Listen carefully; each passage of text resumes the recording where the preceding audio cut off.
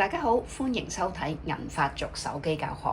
今時今日電話雖然係貼身物品，但係都唔會每分每秒睇住嘅。有時專心做完嘢 check 電話嗰陣咧，發現期間有人 WhatsApp message 過我，問咗幾個唔同問題。好似而家熒幕上嘅對話，對方一次過問咗我2個問題：今晚食唔食飯啦？同禮拜六睇唔睇戲？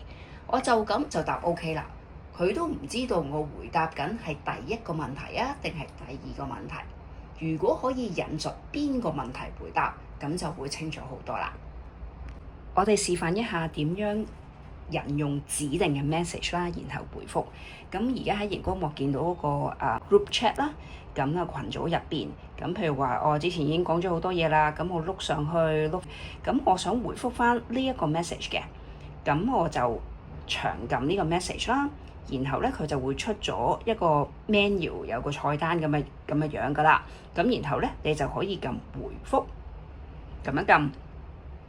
咁我依度打少少嘢啦，咁樣。咁然後就撳 send， 就會係引用翻佢之前嗰個 message 咧，係覆翻佢噶啦。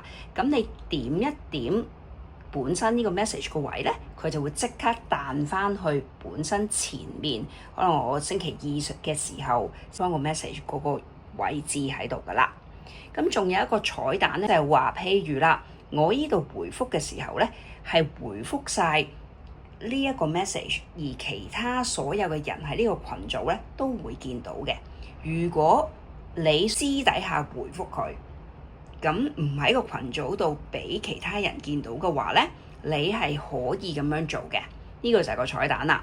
咁你就喺下面咧，亦都係長撳嗰個 message， 然後撳更多。頭先我哋撳回覆嘅，回覆嘅就喺成個群組度，大家都會見到啦。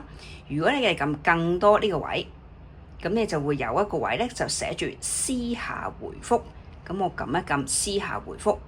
咁我亦都係打啲嘢啦，咁樣。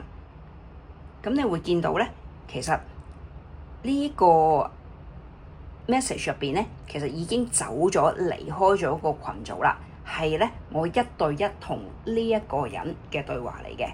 咁我撳 send， 咁你會見到啦，呢個係喺我同佢嘅對話入邊，並不是喺個群組入邊咧，大家都會見到嘅。